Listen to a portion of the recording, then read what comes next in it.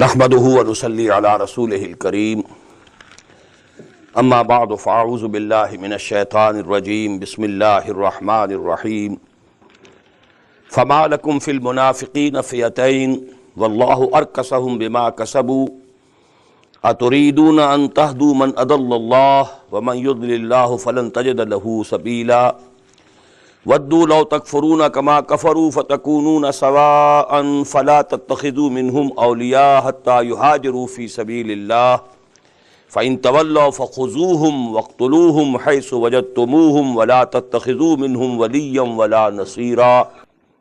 सदक़ल्लाहुल Azeem.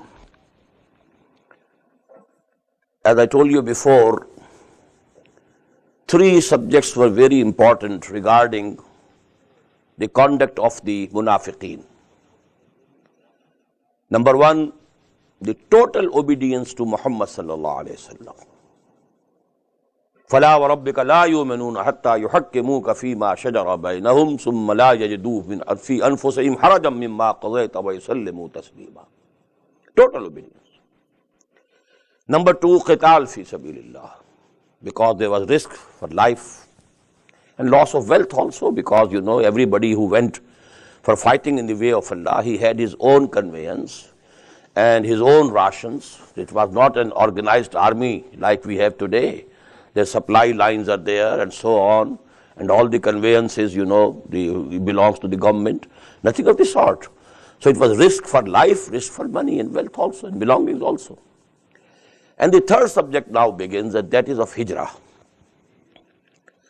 As I told you, hijrah, immigration to Medina, for all Mu'mins was declared to be necessary, obligatory. Why? The wisdom behind? Because after hijrah, the revolutionary struggle of Muhammad sallallahu alaihi wasallam had entered its fifth phase. What is the fifth phase? Number one, dawah. Number two, organization. Number three, training. Number four, passive resistance, no retaliation, taking all persecution without any retaliation. And now it was to be the fifth stage, and that is of active resistance, challenging the system, challenging the Quraysh, because they were the Aimmat al-Kufr, as they are called in Surah At-Tawbah. They were Aimmat al-Kufr. So now for that purpose, it was necessary and absolutely logical that all the force available should gather at one point, so that that base, you know, is strong enough, and from that base an offensive can be launched. Hence it was made compulsory, every moment, wherever he is, whether he is at Makkah or at any other place in the whole of the Arabian Peninsula, because the Arabian Peninsula had a few cities only, just as Makkah and Taif and Medina and a few more. All the rest it was Bedouins, Arab. Areas were divided between Qabail, between the different tribes. And they were wandering over there, you know, if there is some rain and there is some greenery here, they are staying here today. Again, because it is all finished, then they moved to some other place. Wherever they were forced and they were obliged to come to Medina. Now this again became a very big testing for those people regarding their iman, to leaving their homes and hearts, while there was nothing for there which was disturbing them. At Makkah, Muslims were being persecuted, but there were Mu'mins in different tribes, and there was no conflict, and they were not persecuting them. Now, without any persecution, to leave the homes and hearts, it is not an easy job. And the land, you know, which is very beloved to every person, where he has lived, where he was born, where his ancestors are and buried. So this is again a very tough point. And it was said already, because in the end of Surah Al-Anfal, because Surah Al-Anfal was revealed much before this surah. Surah Al-Anfal was revealed in the second year after Hijrah, just after the Battle of Badr. And the period of the revelation of Surah An-Nisa is starting from the fourth year after Hijrah till the sixth year. Different passages were revealed at different times during these 3 years. So in Surah Al-Anfal we find the divine wordings, Ma lakum min walayatihim min shayin hatta yuhajiru. If these Mu'mins, if they don't migrate, if they don't make hijrah, they don't leave their homes and hearts and come over to Medina, then you have no relationship with them. O Mu'mins. Now this was a very harsh and very tough, commandment. Now there were people who had come to Medina from Quraysh, and there were their brethren, and they knew he has also embraced Islam. Only he is not making hijrah. But now Quran says, مَا لَكُم مِّن وَلَايَتِهِم مِّن شَيْءٍ. You have no connection with them now. No relationship. All relations broken. So this is the problem, and this was the problem faced not by the munafiqeen of Medina, but the munafiqeen elsewhere. Because munafiqeen of Medina had to stay in Medina. This test, they didn't have to pass through. So actually that was for a very big test for other people. For other people who embraced Islam, who accept the faith, but they didn't immigrate to Medina. And about them, the Muslims were now differing. But what has happened? If he has not been able to immigrate even, then he is a Muslim. He has embraced Islam. He says Shahada. He testifies, Ashhadu an la ilaha illallah wa ashhadu anna Muhammadan Rasulullah. Only if he has not migrated, our relations are broken. Why? He is my brother also. He belongs to my same tribe. And he has accepted Islam. Now, Allah says, مَا لَكُم مِّن وَلَايَتِهِم مِّن شَيْءٍ حَتَّىٰ يُهَاجِرُوا. So there was a difference of opinion among Muslims. And with this, this passage is now beginning. فَمَا لَكُمْ فِي الْمُنَافِقِينَ فِيَتَيْنِ. What is with you? What has happened to you, O Muslims? You have become two parties regarding these munafiqeen. Those munafiqeen who have not made hijrah, who had preferred their ancestral places and homes to hijrah. مَا لَكُمْ فِي الْمُنَافِقِينَ فِيَتَيْنِ وَاللَّهُ أَرْكَسَهُمْ بِمَا كَسَبُوا. Allah has sent them back, overturned them, reverted them. After Iman, they have gone back to kufr. Why? Because they have not complied with the divine ordinance that you have to immigrate to Medina. بِمَا كَسَبُوا. Due to their own deeds. أَتُرِيدُونَ أَن تَهْدُوا مَنْ أَضَلَّ اللَّهُ. Very beautiful way. Do you want to lead and guide to the right path the one whom Allah has already declared as having gone astray? Allah declares, if they have not migrated, if they have not left their homes and hearts and families, and they have preferred remaining over there and not coming over to Medina, actually Allah subhanahu wa ta'ala has already declared them that they have gone back. Now you want to guide them. وَمَنْ يُضْلِلِ اللَّهُ فَلَنْ تَجِدَ لَهُ سَبِيلًا. Whomsoever Allah has declared as have gone astray, you won't find for him any way of coming back and coming to the truth and coming to the true path. وَدُّوا لَوْ تَكْفُرُونَ كَمَا كَفَرُوا. They want that you should also become disbelievers like them. They might be saying, oh, you also come back to Makkah. Only we believe in Quran, we believe in Muhammad, we are praying, we are saying something. Why is it necessary that we go and leave our homes and go to Medina? وَدُّوا لَوْ تَكْفُرُونَ كَمَا كَفَرُوا. They want that you should also become the same, and you should also take to the same path. كَمَا كَفَرُوا فَتَكُونُونَ سَوَاءً. So that you become at par with them. فَلَا تَتَّخِذُوا مِنْهُمْ أَوْلِيَاءَ. Don't make friends with them. حَتَّى يُهَاجِرُوا فِي سَبِيلِ اللَّهِ. Until they make hijrah. They migrate to Medina in the way of Allah. This is fi sabilillah. As I told you, for jihad fi sabilillah, it is necessary that all the available sources and resources, whether men or material, they should be gathered at one base. Now it is essential. So they had to come, and they have to come if they are true mu'mins. فَلَا تَتَّخِذُوا مِنْهُمْ أَوْلِيَاءَ حَتَّى يُهَاجِرُوا فِي سَبِيلِ اللَّهِ. Don't make them friends. Don't take them as friends until they immigrate in the way of Allah. فَإِن تَوَلَّوْا. And if they turn their backs, فَخُذُوهُمْ وَاقْتُلُوهُمْ. Seize them, kill them, slay them. حَيْثُ وَجَدْتُمُوهُمْ. Wherever you find them. وَلَا تَتَّخِذُوا مِنْهُمْ وَلِيًّا وَلَا نَصِيرًا. And don't make them your protectors or your helpers. Now what's the background of this ayah? Because we have to understand the background. Because Arabian society was basically tribal. Now a tribe as a whole is kafir. There are a few Muslims there. They have embraced Islam, accepted the faith, but they have not migrated. They are with the Qabila. When there is an expedition against that kafir Qabila, Muhammad sallallahu alaihi wasallam has sent an army against that Qabila, that kafir Qabila, that unbeliever tribe. Now these people are also with those kafirs. So they cannot plead that because we are Muslims, don't attack us. No, because you didn't migrate, you remained with your kafir Qabila, you will also have the same fate as this kuffar. So don't spare them, because if they have not migrated, they are with their tribes. Al-maru ma man ahabba. And this is the rule. A man will be counted with those whom he loves. He loves his tribe, not Islam, not Muhammad. Actually, then what does it mean? He will meet the same fate as the other people of his tribe. فَخُذُوهُمْ وَاقْتُلُوهُمْ حَيْثُ وَجَدتُّمُوهُمْ, wherever you find. وَلَا تَتَّخِذُوا مِنْهُمْ وَلِيًّا وَلَا نَصِيرًا إِلَّا الَّذِينَ يَصِلُونَ إِلَىٰ قَوْمٍ بَيْنَكُمْ وَبَيْنَهُمْ مِيثَاقٌ.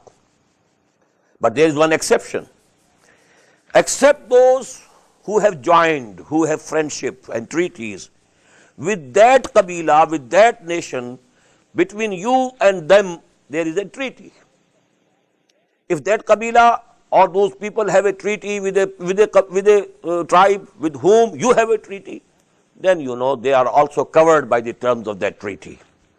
Or ja'ukum, and number two, or the other exception is, if they come to you, hasirat suduruhum, their chests shrink, an yuqatilukum, they don't want to fight you also, or yuqatilu qawmahum, and they don't want to fight their own tribe, their own nation also. They want to be non-aligned. They want to be, so they are not fighting you, against you, along with that tribe. Although they are not fighting with you against their own tribe. But if they want to remain neutral, so Allah subhanahu wa ta'ala has made them also an exception. Don't kill them. وَلَوْ شَاءَ اللَّهُ لَسَلَّطَهُمْ عَلَيْكُمْ. If Allah had so wished, He would have given them power over you. فَقَاتَلُوا فَلَقَاتَلُوكُمْ. And they would have fought you side by side with their own tribe. They might have fought against you, O Muslims. فَإِنْ يَتَزَلُوكُمْ. So if they are withdrawing from you, فَلَمْ يُقَاتِلُوكُمْ, and they are not fighting against you, وَأَلْقَوْا إِلَيْكُمُ السَّلَامَ, and they are presenting to you the peace, فَمَا جَعَلَ اللَّهُ لَكُمْ عَلَيْهِمْ سَبِيلًا. For such persons, Allah subhanahu wa ta'ala has given you no way, assigns no way against them. Now you can't have any step against them because they belong to a tribe with whom you have a treaty. Number two, or because they have come to you and they declare that they will neither take the side of their tribe, nor they will take the side with you. Neither fight you against you with their tribe, nor they are ready to fight against their tribes along with you. So now spare them. This is the second exception. But here is again another exception to this exception. What is that? سَتَجِدُونَ آخَرِينَ. You will find in another group also. يُرِيدُونَ أَنْ يَامَنُوكُمْ وَيَامَنُوا قَوْمَهُمْ. They want to be in peace from you also and from their own tribe also. They want peace. They don't want to fight. They don't want to take sides. They declare that we are neutral. In the same way as in the previous ayah. But كُلَّمَا رُدُّوا إِلَى الْفِتْنَةِ أُرْكُسُوا فِيهَا. Whenever there is some temptation, when they see that our tribe is strong and this tribe is sure to win against the army sent by Muhammad sallallahu alaihi wasallam, then they take the side of their tribe so that they can also gain from the victory. They can also gain from the booty. كُلَّمَا رُدُّوا إِلَى الْفِتْنَةِ أُرْكِسُوا فِيهَا. Whenever there is a testing and temptation, then they go back on their promise. فَإِنْ لَمْ يَعْتَذِلُوكُمْ. Now if they are not withdrawing from you, if they are not sparing you, وَيَلْقُوا إِلَيْكُمُ السَّلَامَ, and they are not presenting peace to you, وَيَكُفُّوا أَيْدِيَهُمْ, and they are not holding back their hands from you, فَخُذُوهُمْ. Now you seize them, وَاقْتُلُوهُمْ, and kill them, wherever you find them. وَأُولَٰئِكَ جَعَلْنَا لَكُمْ عَلَيْهِمْ سُلْطَانًا مُبِينًا. And against such people, we have given you a clear mandate. You can go against them.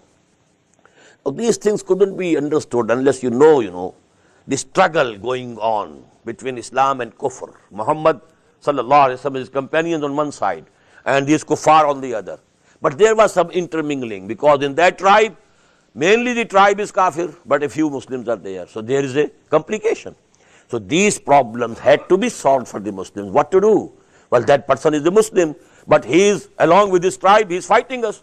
Should I spare him? No, don't spare him. Kill him if he has come to the fight against you, along with the tribe to which he belongs. So these things are to be given in detail, and Allah subhanahu wa ta'ala has made everything clear. وَمَا كَانَ لِمُؤْمِنٍ أَن يَقْتُلَ مُؤْمِنًا إِلَّا خَطَأً. And it is not appropriate for a mu'min to kill a mu'min. Mu'min will never kill a mu'min. إِلَّا خَطَأً. Except by mistake. He was aiming at something else, but the bullet, it went to some Muslim and mu'min, and he was killed. And in the same way, in accidents, you don't want to kill a person, but if some person is, crushed under the wheels of your car. So all these things are, this qatl khata it is called, murder by mistake. وَمَا كَانَ لِمُؤْمِنٍ أَن يَقْتُلَ مُؤْمِنًا إِلَّا خَطَأً. A mu'min, it behoves not a mu'min that he may kill a mu'min, إِلَّا خَطَأً, except by mistake. Now what happens if you have killed by mistake a mu'min? Now there are three conditions. وَمَنْ قَتَلَ مُؤْمِنًا خَطَأً. Whosoever kills a mu'min, a real true Muslim, by mistake, فَتَحْرِيرُ رَقَبَةٍ مُؤْمِنَةٍ. Now he has to set free a mu'min slave, number one. This is the fine which Allah subhanahu wa ta'ala has levied on it. He had to, if he has a slave, Muslim slave, he will have to set him free. If doesn't have, he will have to purchase one and set him free. Tahriru raqabatin mu'mina, number one. Wadiyatun musallamatun ila alayhi. And the blood money will have to be paid to the family of the person who was killed. So two things. You have killed a person by mistake. You have to pay the blood money to the family of the person, number one. And in addition, this is actually the compensation that you are giving to the family, because they have lost a member. But because this is a sin, although you didn't aim at it, but it has happened at your hands. So you have to set free a mu'min from the bondage of slavery. إِلَّا أَن يَصَّدَّقُوا. Except if the family people, they forego that money as alms and charity. No, we don't require, because you didn't kill willfully. You didn't want to kill our person, to murder our person. It was a mistake. We, absolve you of that responsibility. We don't accept this blood money, and we give it to you back as a charity. إِلَّا أَن يَصَّدَّقُوا. This is one form. وَإِن كَانَ مِنْ قَوْمٍ عَدُوٍّ لَكُمْ. And if that person belonged to a tribe which is your enemy, he is Muslim, he was a mu'min, you have killed him by mistake, but he belonged to a tribe which is in enmity against Muslims. Now what to do? Will you pay the blood money? No. Now one thing is gone, because the family is kafir. You are not going to pay to them the blood money. But what is the other thing? وَإِنْ كَانَ مِنْ قَوْمٍ عَدُوٍّ لَكُمْ وَهُوَ مُؤْمِنٌ فَتَحْرِيرُ رَقَبَةٍ مُؤْمِنَةٍ. Only setting free of a mu'min slave will suffice. No payment of the blood money, because he belonged to a tribe which is kafir. Now the third condition. وَإِنْ كَانَ مِنْ قَوْمٍ بَيْنَكُمْ وَبَيْنَهُمْ مِيثَاقٌ. If he belonged to a tribe between whom and you there is a treaty, فَدِيَةٌ مُسَلَّمَةٌ إِلَىٰ أَهْلِهِ وَتَحْرِيرُ رَقَبَةٍ مُؤْمِنَةٍ. He will be treated as a mu'min. As the first case, you have to pay the blood money to his family, because although it is kafir, but you had a misaq with them. Although they are unbelievers, the tribe is unbelievers, but you had a treaty with them. So you have to pay the blood money to the family of the deceased, and also you have to set free a mu'min slave. فَمَنْ لَمْ يَجِدْ. But whosoever cannot afford it, what to do? Now this is kafara. What to do? I don't have money to purchase a slave and then set him free. فَمَنْ لَمْ يَجِدْ فَالصِّيَامُ شَهْرَيْنِ مُتَتَابِعَيْنِ. He will have to keep fasting for 2 continuous months. 60 days continuous. Tawbatan min Allah. This is a tawbah prescribed by Allah subhanahu wa ta'ala. Although he didn't intend to kill him, but because, human life is so precious. Now what is the wisdom behind it? Because of this law, now you will be extra careful. If this law is there, you will be extra careful that you don't kill a Muslim or a Mu'min, even by mistake. But if this law is not there, you may be more carefree, to make you more careful that this is the condition, these are the hudud, these are the tazirat. Tawbatan min Allah wa kana Allahu aliman hakima, and Allah Ta'ala knows everything. He is ever knowing, all wise. وَمَنْ يَقْتَلْ مُؤْمِنًا مُتَعَمِّدًا. Now, willful killing or slaying of a mu'min. Whosoever kills a mu'min willfully, فَجَزَاهُ جَهَنَّمْ خَالِدًا فِيهَا. His reward, his recompense is the hell in which he will abide forever. This is the importance, and how, trivial matter today the Muslims think is killing Muslims. When Allah says, وَمَنْ يَقْتُلْ مُؤْمِنًا مُتَعَمِّدًا فَجَزَاهُ جَهَنَّمْ خَالِدًا فِيهَا. Khulud, forever. وَغَضَبَ اللَّهُ عَلَيْهِ. And Allah will have His wrath on him. He will have the wrath of Allah. وَلَعْنَهُ. And Allah will curse him. وَعَدَّ لَهُ عَذَابًا عَظِيمًا. And Allah has prepared for him a very big punishment and chastisement. Now this is the importance. As we read last night, 2 things are fundamentals for human society. Respect for the life, human life, and respect for property. If respect for life goes, the foundation of this social order, it crumbles. And if respect for each other's money, each other's wealth and belongings is not there, it will be all chaos. No contentment, no peace in the society. So these 2 things are very fundamental. Ya ayyuhalladhina amanu idha darabtum fi sabilillahi fatabayyanu. Now another case. An army is going, Muslim army, against some tribe, some enemy. And in the way they find a person. It belongs to some other tribe. And he says, Assalamu alaikum. What does it mean? He is declaring himself to be a Muslim. Now these people think that if we accept him as a Muslim, we can't kill him. They say, no, you are not Muslim. You are only saying Assalamu alaikum only to save your life. So that they can take whatever belongings he has when he is killed, and also all his wealth will come to the Muslims. So now this condition, what to do? If there is a combat, you are fighting against a tribe, and a person who claims to be a Muslim is fighting along with his tribe against you, then you kill him. Even if he says Assalamu alaikum, you have to kill him. But here it is an incident which is a stray incident. No actual fighting is not taking place. You have not, attacked any tribe. The actual fighting is not taking place. You are only going somewhere and you find someone and he says, Assalamu alaikum, I am also a Muslim. And you say, no, lasta mu'mina. Ya ayyuhalladhina amanu iza darabtum fi sabilillah. Oh, you who believe, when you are going, traveling in the way of Allah, fatabayyanu. Always investigate. وَلَا تَقُولُوا لِمَنْ أَلْقَى إِلَيْكُمُ السَّلَامَ لَسْتَ مُؤْمِنًا. And don't say to anybody who greets you with salam, who bestows on you salam, assalamu alaikum, who presents himself to be Muslim, لَسْتَ مُؤْمِنًا, you are not a mu'min. You can't say it. تَبْتَغُونَ عَرَضَ الْحَيَاةِ الدُّنْيَا. You are covetous of the worldly gains. You want to have the wealth that he has. Anything. Maybe even arms, his sword, is something else. So that was also very precious in those days. تَبْتَغُونَ عَرَضَ الْحَيَاةِ الدُّنْيَا. You want to have the goods of the life of the world. فَعِنْدَ اللَّهِ مَغَانِمُ كَثِيرًا. Don't do this. Have faith in Allah. Allah has in store for you very big booties and ghalaim. Allah will give you, but don't behave this way. كَذَلِكَ كُنْتُم مِّن قَبْلُ. This was your condition before.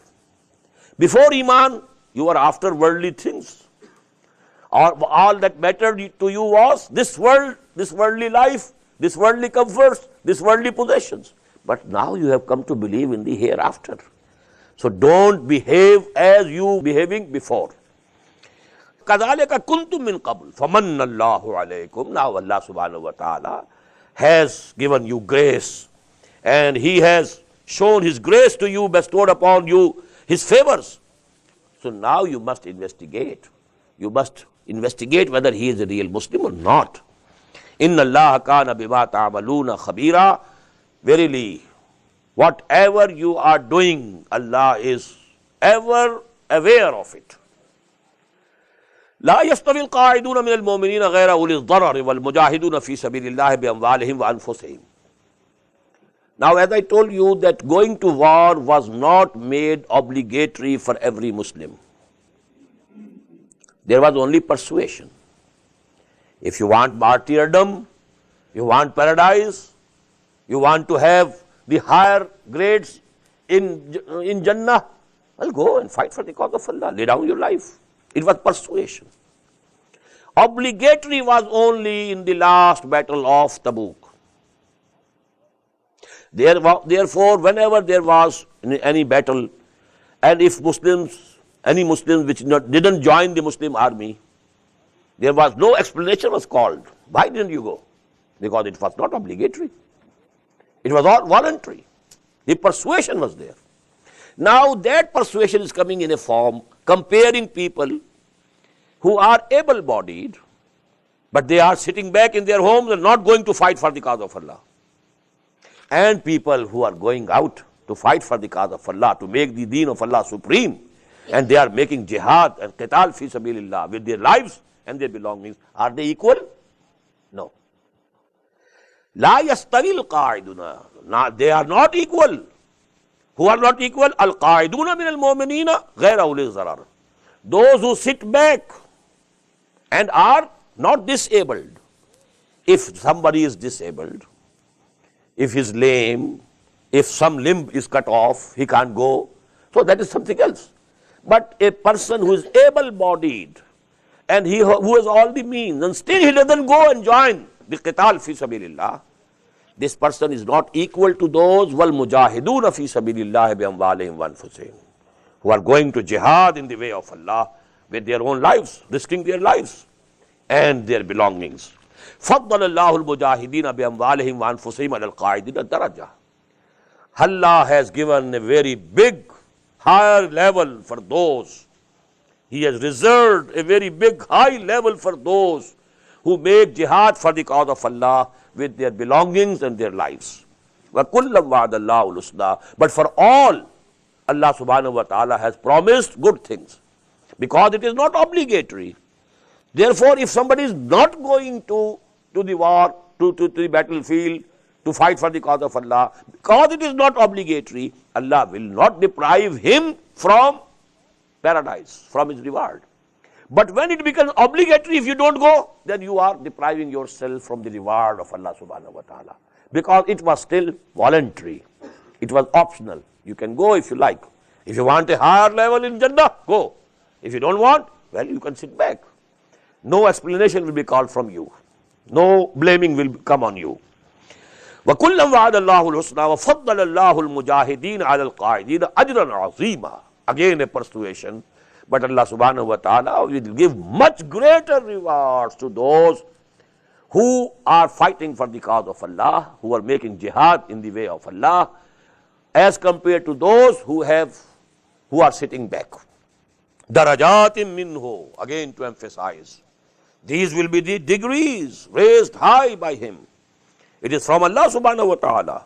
Wa maghfiratan, and then there will be also forgiveness of their sins. Wa rahma, and again more of mercy. وَكَانَ اللَّهُ غَفُورًا رَحِيمًا. And Allah subhanahu wa ta'ala is Ghafoor, forgiving, Rahim, and He is merciful. إِنَّ الَّذِينَ تَوَفَّاهُمُ الْمَلَائِكَةُ ظَالِمِي أَنفُسِهِمْ. Now again those people who, although they have embraced Islam, they have not made hijrah. They are living with their kafir tribes, whether at Makkah or elsewhere. They have not come over to Medina. Now if death comes to them, the angel would ask, where were you? You professed Islam, you are living with the kafir tribe. Why didn't you make hijrah? You are doing wrong to your own self. You are making yourself doomed. Inna alladhina tawaffahumul malaika. Verily those whom the angels are putting to death. Zalimi anfusihim, and they are wronging themselves by not migrating, by not having migrated. Qalu ainam fima kuntum. And the angel would say, in what condition were you? How come? You are a Mu'min and you are living in this place which belongs to kuffar, and you didn't migrate. Qalu kunna mustad'afina fil ard. They will reply to these angels, we were oppressed people. We were weaks, mustad'afin. Qalu alam takun ardullahi wasi'atan. The angels would reply, was not the earth of Allah. The Allah's earth was not wide enough for you, fatuhajaru fiha, that you could make any migration and hijrah therein. Allah's world was very wide, very spacious, very commodious. You could have gone elsewhere. You should have left your kafir family and tribe and gone over to Muslim city or Muslim, the days of hijrah. Alam takun ardullahi wasi'atan fatuhajaru fiha faulaika ma'wahum jahannam wa sa'at masira. For such people, their abode is hell, and it is a very bad destination. May Allah save us all from that. Illa al-mustad'afin. Again an exception here also. Except those who are really weak and oppressed, min ar-rijal, whether they were men, wal nisa, or women, wal wildan, or children, la yastatiyuna hilatan, who didn't afford, they didn't have any means to immigrate. After all, wala yahtaduna sabila, they didn't know the path.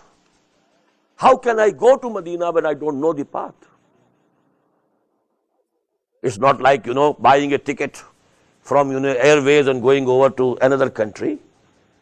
Going from Makkah to Medina or from any other far place. Going from there, if there is no means, there is no camel, there is no conveyance, there is no, wealth with them to meet the expenses during the journey, or they don't even know the path, the way. So if there are such, restrictions on them, if they are really not able to do it, then Allah subhanahu wa ta'ala, إِلَّا الْمُسْتَضَعْفِينَ مِنَ الرِّجَالِ وَالنِّسَاءِ وَالْوِلْدَانِ لَا يَسْتَطِيعُونَ حِيلَةً وَلَا يَهْتَدُونَ سَبِيلًا فَأُولَٰئِكَ عَسَى اللَّهُ أَن يَعْفُوَ عَنْهُمْ عَسَى اللَّهُ أَن يَعْفُوَ عَنْهُمْ. As for these people, it can be hoped that Allah subhanahu wa ta'ala will pardon them. But it can be hoped only. Allah is not guaranteed, because Allah will judge on the day of judgment whether they were really excused or excusable or not. Whether their excuse was a lame excuse or a real excuse, it will be judged. So, asallahu an yafu anhum, there is a possibility they can hope to be pardoned. Wa kana Allahu afuwan ghafura, and Allah is all pardoning and forgiving. Wa man yuhajir fi sabilillah, and whosoever immigrates in the way of Allah. Fi sabilillah, what does it mean? Fi sabilillah is always for jihad. Fi sabilillah. Infaq fi sabilillah. You have to spend your money for making the deen of Allah supreme, for the expenses for jihad.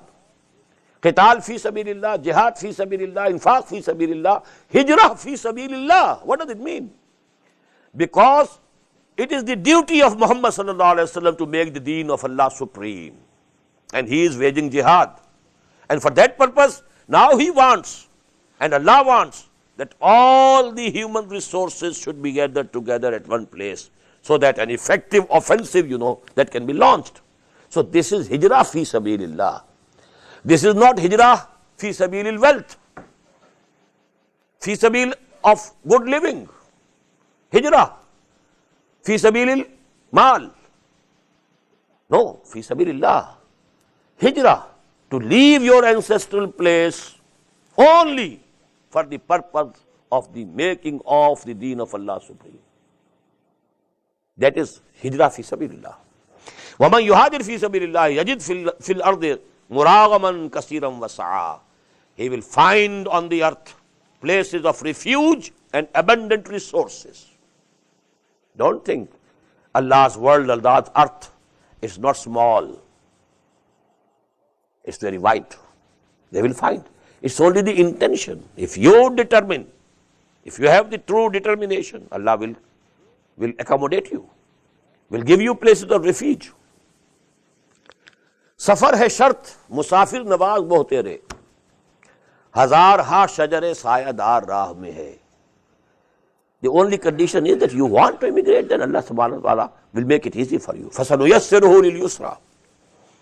وَمَنْ يَخْرُجْ مِنْ بَيْتِهِ مُهَاجِرًا. And whosoever has left his home, immigrating, going towards Medina, and death overtakes him in the way. He intended to make hijrah. He left his home. He started from his ancestral place, Makkah or elsewhere. وَمَنْ يَخْرُجْ مِنْ بَيْتِهِ مُهَاجِرًا إِلَى اللَّهِ وَرَسُولِهِ ثُمَّ يُدْرِكُهُ الْمَوْتُ. But now death overtakes him before he reaches Medina. What will be the end? فَقَدْ وَقَعَ أَجْرُهُ عَلَى اللَّهِ. Now his reward is now due on Allah subhanahu wa ta'ala. Because innamal a'malu binniyat. If he couldn't reach Medina, it was now for no fault of his. Because death came, overtook him. But his ajr, his sawab, his reward is ensured. And here the wordings are, waqa ajruhu ala Allah. Now it is due on Allah. He has to pay his rewards. Allah is taking upon himself that he will have to pay his reward. Wa kana Allahu ghafurur rahima. And verily Allah subhanahu wa ta'ala is ever merciful, ever forgiving. وَإِذَا ضَرَبْتُمْ فِي الْأَرْضِ فَلَيْسَ عَلَيْكُمْ جُنَاحٌ أَن تَقْصُرُوا مِنَ الصَّلَاةِ إِنْ خِفْتُمْ أَن يَفْتِنَكُمُ الَّذِينَ كَفَرُوا إِنَّ الْكَافِرِينَ كَانُوا لَكُمْ عَدُوًّا مُبِينًا. And when you are traveling in the earth, in the land, فَلَيْسَ عَلَيْكُمْ جُنَاحٌ, there is no blame on you, أَن تَقْصُرُوا مِنَ الصَّلَاةِ, that you shorten your prayer. This is qasr. 2 rakat of Zohar and Asr instead of 4. Of Isha also in the same way. So if you are traveling in the land, there is no blame upon you if you shorten your prayer. In khiftum an yaftinakumul lazina kafaru. Now there is another additional condition here in the Quran. If you fear that those, your enemies, the kuffar, they will afflict you, they will attack you. Conditions are emergency conditions. Innal kafirina kanu lakum aduwwan mubina. Verily these unbelievers, they are clear and open enemies for the mu'mins. Now this is the only ayah in the Quran where qasr fi salah is mentioned. But this ayah is putting another restriction, another limitation, another condition. Not a condition of peace. But if there is a fear, if there is a condition of emergency. But this has been extended by the Prophet sallallahu alaihi wasallam. This is the mercy. This concession, the Prophet sallallahu alaihi wasallam extended. Sunnah can add something to Quran. Sunnah cannot abrogate Quran. But Sunnah can add something to Quran. Just as I told you, in the law of Muharramat, lil nikah, you cannot have 2 sisters at once in marriage with you.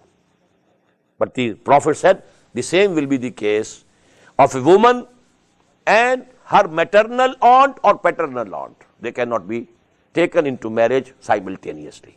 So that was an addition by the Prophet ﷺ. So this qasr in ordinary journeys, it is an addition from the sunnah of the Prophet ﷺ. وَإِذَا كُنْتَ فِيهِمْ فَأَقَمْتَ لَهُمُ الصَّلَاةَ. Now this is Salatul Khawf.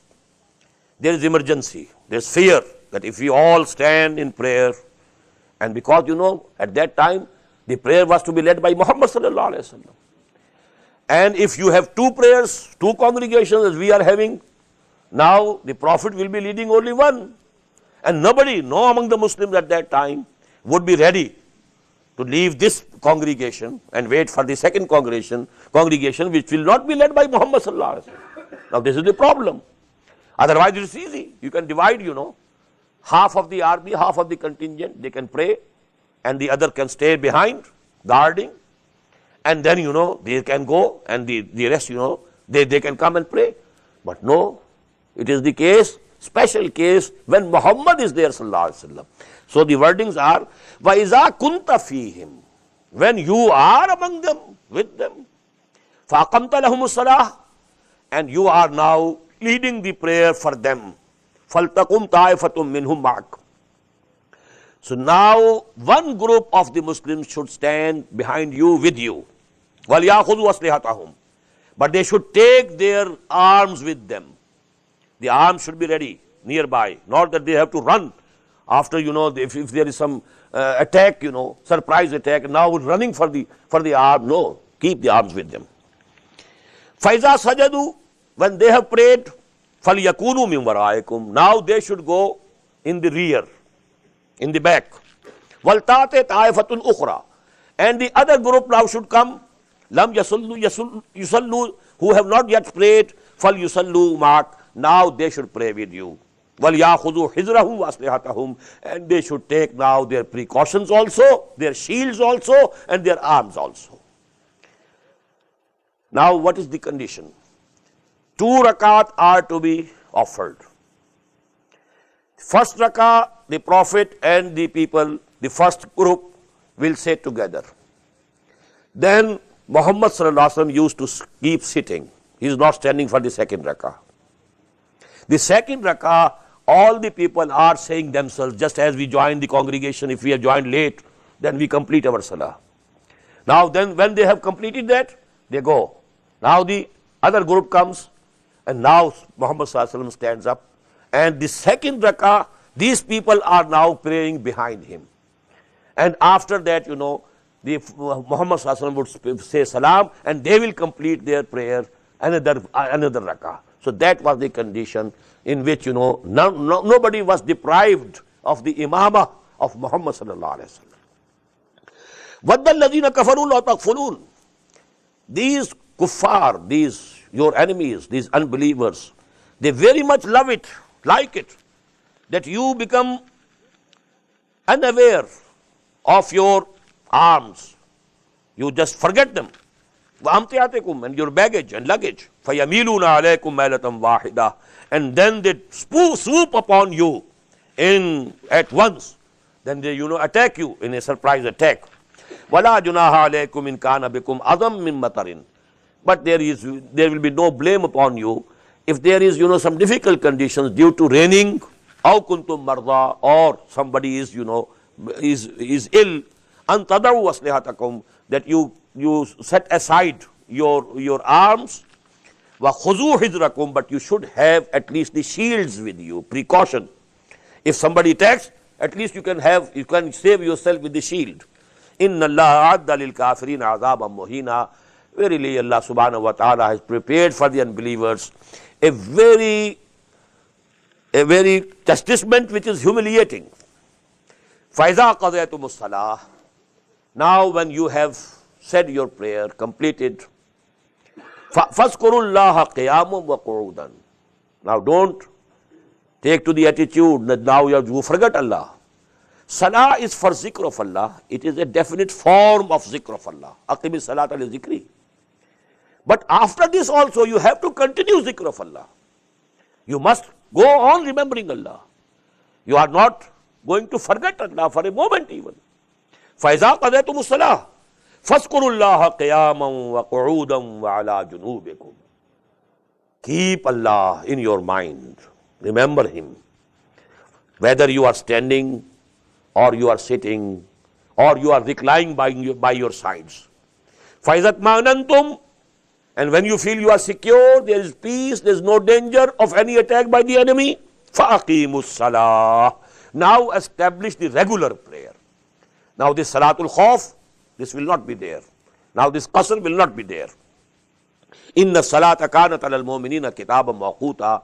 Verily, this salah has been prescribed on the moments according to the times, appointed times. Wala tahinu fi ibtiba'il qawm. And don't feel weak.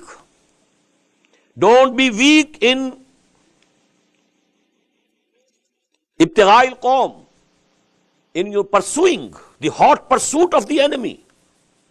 Pursue them, follow them. وَلَا تَهِنُوا فِي ابْتِغَاءِ الْقَوْمِ إِن تَكُونُوا تَعْلَمُونَ. Very beautiful sentence, very beautiful ayah. If you are hurt, you have to face difficulties, because going to war, there are hurtings, there are injuries, you may be going without food, you may have to go without water, all these things. In ta'lamuna, فَإِنَّهُمْ يَعْلَمُونَ كَمَا تَعْلَمُونَ. Your enemies also are bearing all the hardships and pains, aren't they? The 1,000 army came over to Badr from Makkah, more than 200 miles. Was it easy for them? They were striving for the cause of Taghut. You are striving for the cause of Allah. So you shouldn't complain of any discomforts, injuries, or losses to life and wealth and property. They are your enemies. They are also doing the same. Are they not sacrificing their lives? Didn't Abu Jahl sacrifice his life for the idols, for their wrong deen? So, O Muslims, why do you show weakness? But now, who is being addressed here? Not Abu Bakr, not Umar. Who are being addressed? The Munafiqeen. You profess to be Muslims. You profess to be Mu'mins. You profess to be believing in Allah. You profess to be believing in hereafter. وَتَرْجُونَ مِنَ اللَّهِ مَا لَا يَرْجُونَ. You have expectation from Allah which they don't have. You have expectation that if you are martyred, you will go straight to paradise. They don't have any expectation. They don't believe in the hereafter. Still they are ready to sacrifice their lives. Just look to the Japanese in the Second World War. They didn't believe in any paradise or any hereafter, but they were, committing suicide, harakiri. And they were directing the bomb. And they were themselves, navigating the bomb and then descending into the chimneys, of the ships. And they knew it. When the bomb will explode, first of all, their pieces, they will fly. Then some harm will come to the ship. And they were doing it for what? For their king, Hirohito. Because they took them to be some, Devata, some god. So what do you? You believe in Allah. You believe in hereafter. And you are showing reluctance from going to war for the cause of Allah. How beautiful. وَلَا تَهِنُوا فِي ابْتِغَاءِ الْقَوْمِ إِن تَكُونُوا تَعْلَمُونَ فَإِنَّهُمْ يَعْلَمُونَ كَمَا تَعْلَمُونَ. Alam means pain.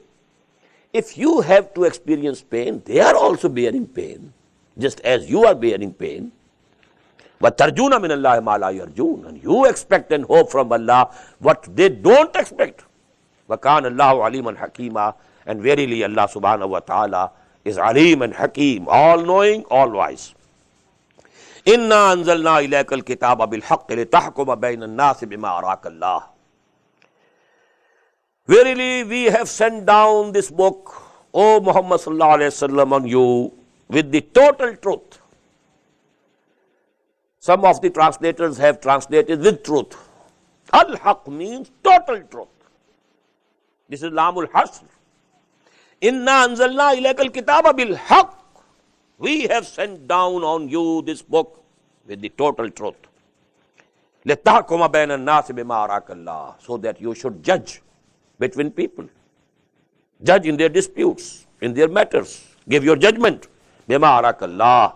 With what Allah has shown you. This ara or irat, Allah subhanahu wa ta'ala has sent the book also. and He has given him the intelligence also, the hikmah also. So you use not only the law, but your intellect also. Bima arak Allah, what Allah has shown you. Wala takun lil kha'inina khasima, and you should not be an advocate in favor of the treacherous ones. These munafiqeen, don't plead for them. Don't intercede for them. Wala takun lil kha'inina khasima. They are actually the treacherous ones. They say something else, they do something else. They profess something else, and they don't really believe in it. Wastaghfirillah, and you ask the pardon of Allah also. Maybe behind this ayah, there might be a background that out of, the marwah, the gentleness of Muhammad sallallahu alaihi wasallam. Just as he gave his shirt for the Raisul Munafiqeen, maybe he might have asked the forgiveness of Allah for some munafiq. Allah says you shouldn't do it. فَلَا تَكُنْ لِلْخَائِنِينَ خَصِيبًا. They are treacherous. These people, they don't deserve your intercession. And if you have done it, فَاسْتَغْفِرِ. Now you yourself ask the forgiveness of Allah. فَاسْتَغْفِرِ إِنَّ اللَّهَ كَانَ غَفُورًا رَحِيمًا. Allah, verily Allah is Ghafoor and Rahim. He is forgiving and He is merciful. That is why we find, later on, in Surah Al-Munafiqun also, in Surah Al-Tawbah also, Istaghfir lahum aw la tastaghfir lahum. In tastaghfir lahum 70 marratan lan yaghfir Allah lahum. Whether you ask Allah's permission for them or you don't ask. Even if you asked the forgiveness of Allah for them 70 times, Allah is not going to forgive them. This is in Surah Tawbah. Istaghfir lahum aw la tastaghfir lahum. In tastaghfir lahum 70 marratan lan yaghfir Allah lahum. And in Surah Al-Munafiqeen, Sawa'un alayhim astaghfarta lahum am lam tastaghfir lahum lan yaghfir Allah lahum. It's equal for them. Whether you ask Allah's forgiveness for them or not, Allah is not going to forgive them. So the same is the ayah here. Wastaghfirillah wa la tujadil anil ladina yakhtanuna anfusahum. Don't plead on behalf of them who are behaving in treachery against their own selves. Yakhtanuna anfusahum. They are making themselves doomed. Don't be advocate for them. Don't plead in their favor. وَلَا تُجَادِلْ عَنِ الَّذِينَ يَخْتَانُونَ أَنفُسَهُمْ إِنَّ اللَّهَ لَا يُحِبُّ مَنْ كَانَ خَوَّانًا أَثِيمًا. Allah doesn't like those who are treacherous and who are sinful. يَسْتَخْفُونَ مِنَ النَّاسِ وَلَا يَسْتَخْفُونَ مِنَ اللَّهِ. They want to hide their shortcomings, their lies from the people. But they don't want to hide themselves, and they can't hide themselves from Allah. Allah knows them through and through. Allah sees them. When they are planning something against the Muslims during the night, Allah is with them. Allah knows, Allah records. We have just read. Wallahu yaktubu ma yubayyitun. Allah is recording whatever they are saying. What are the proceedings of those secret meetings? يَسْتَخْفُونَ مِنَ النَّاسِ وَلَا يَسْتَخْفُونَ مِنَ اللَّهِ وَهُوَ مَعَهُمْ إِذْ يُبَيِّتُونَ مَا لَا يَرْضَى مِنَ الْقَوْلِ. And Allah is with them when they are planning those unpleasant things, unwanted things, مَا لَا يَرْضَى, unpleasant things during the night. وَكَانَ اللَّهُ بِمَا يَعْمَلُونَ مُحِيطًا. And Allah has encompassed, encircled whatever they are doing. They can't do anything beyond those limits. ها أنتم هؤلاء جادلتم عنهم في الحياة الدنيا. Now this is addressing to the Muslims, true Mu'mins. As I told you, a brother is a Muslim, true Muslim. Another brother is Munafiq, but he is a brother. A natural love and affection is there. Allah says, ها أنتم هؤلاء جادلتم عنهم في الحياة الدنيا. You have been pleading for your brothers in the life of this world. فَمَّنْ يُجَادِلِ اللَّهَ عَنْهُمْ يَوْمَ الْقِيَامَةِ. who will plead in their favor against Allah subhanahu wa ta'ala on the day of judgment? Will there be any pleader? Will there be anybody who will be able to intercede for them in their favor? Ha antum haulai jadaltum anhum fil hayati dunya. You went to the Prophet, oh, Ya Rasulullah, just forgive him. Just ignore. Please, he is my brother. Or he is related to me. You have been advocating their cause. You have been pleading their cases. Ha antum haulai jadaltum anhum fil hayati dunya. Faman yujadilullah anhum yawm al-qiyamah. Who will be able to plead in their favor on the day of judgment, on the day of resurrection? Amman yakunu alayhim wakila. Who will become a protector for them?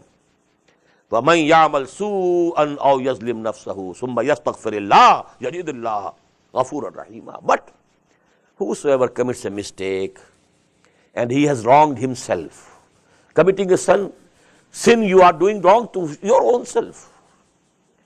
So, but then, just as we read, before, then he apologizes, he repents, he returns to Allah. ثُمَّ يَسْتَغْفِرِ اللَّهَ. Then if he really repents and asks the forgiveness of Allah subhanahu wa ta'ala, yajidillah ghafurur rahim, he will find Allah subhanahu wa ta'ala ready to accept the repentance. He is tawwab, he is ghafur, he is rahim. Now let me tell you the ayah which we have already read. Fastaghfirillah.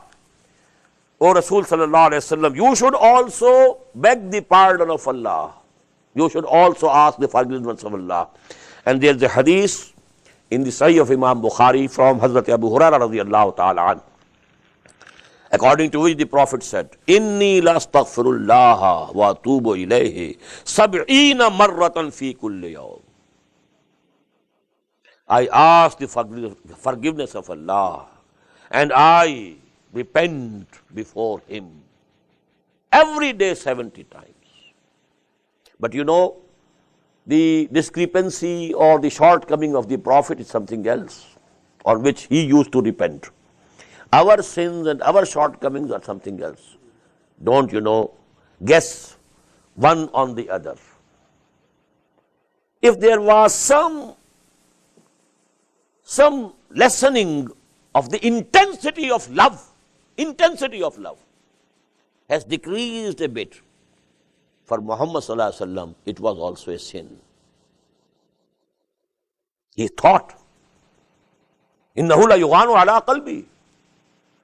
I find sometimes, I feel there is a wheel on my heart. وَإِنِّي لَأَسْتَغْفِرُ اللَّهَ سَبْعِينَ مَرَّةً فِي كُلِّ يَوْمٍ. And when I feel that, there is some wheel on my heart, which is in between me and Allah subhanahu wa ta'ala, I repent and make tawbah towards Him. So that is a different case altogether. وَمَنْ يَعْمَلْ سُوءًا أَوْ يَظْلِمْ نَفْسَهُ ثُمَّ يَسْتَغْفِرِ اللَّهَ يَجِدِ اللَّهَ غَفُورًا رَحِيمًا. Whosoever commits some evil deed or he has wronged himself and then he apologizes to Allah, asks for His pardon, asks for His forgiveness, he will find Allah that He is Ghafoor, He is forgiving, Rahim, He is merciful. Barakallahu li wa lakum fil Quran al-Azim wa nafa'ani wa iyyakum bil ayati wa zikr al-hakim.